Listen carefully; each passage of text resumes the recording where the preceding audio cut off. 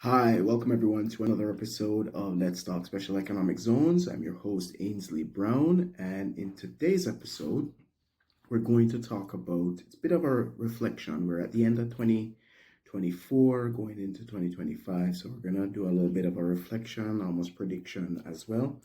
And today's episode, we're going to focus on what I think are the three major forces that are going to shape zone development in 2025. And these are one, geopolitics, two, climate change and the drive towards net zero, and supply chain reconfiguration. And all three of these forces are interconnected and, of course, amplify and magnify each other. So, as I normally do, I give a quick little definition of a zone. You may have heard the term free zone. You may not be so familiar with the term special economic zone, but you might have heard free zone, free trade zone, enterprise area. It's all the same thing. It's a geographic area designated by a government that offers special incentives, and the rules are different from what operates within the rest of the economy. How different? It will vary per country. For some countries, it's barely any difference apart from how certain types of taxes are applied. So, for example, in the US, in their foreign trade zone regime, you have duty-free concession on the inputs and parts and different things that you bring into the zone, provided they remain in the zone. You don't get any corporate income tax. All the other rules, labor laws, health rules, everything remains exactly the same. So as from the rest of the United States.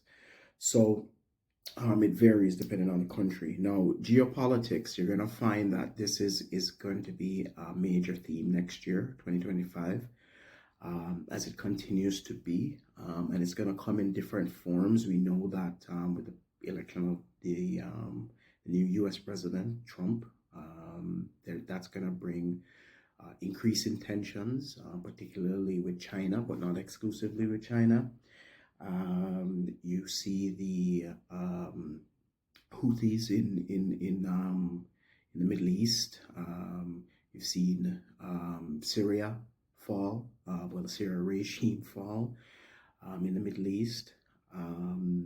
So there's going to be different flashpoints, some of which are, and of course, we can't forget the Russia-Ukraine war, some of which are going to be conflicts in terms of actual wars, and others are going to be just people making maneuvers based on geopolitics. The second one, climate change and the push to net zero, you're going to see as well zones adopting more sustainable practices, not just under the ESG label, although that will become important, but they will be generating green goods, so to speak, solar panels and things like this, or even hydrogen. And also, where you're going to see a big drive is and this flows into the third one, supply chain reconfiguration, is the green shipping corridors, and you're going to see the growth in terms of electrification of shipping, particularly when they're at port, to be specific, and also the further rise, I shouldn't even say rise, but the expansion of greener fuels, namely hydrogen. You'll see a much more of that happening as well. That's going to be some areas of zone development that to definitely watch. The third one, in terms of forces shaping zone development in 2025, is the supply chain reconfiguration. So supply chains are in flux. People are changing their production centers, moving things around, moving their distribution centers.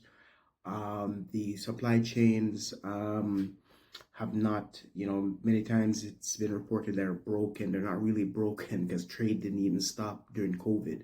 It continued, but in a different way. So trade continued, and what is happening now is a great reconfiguration of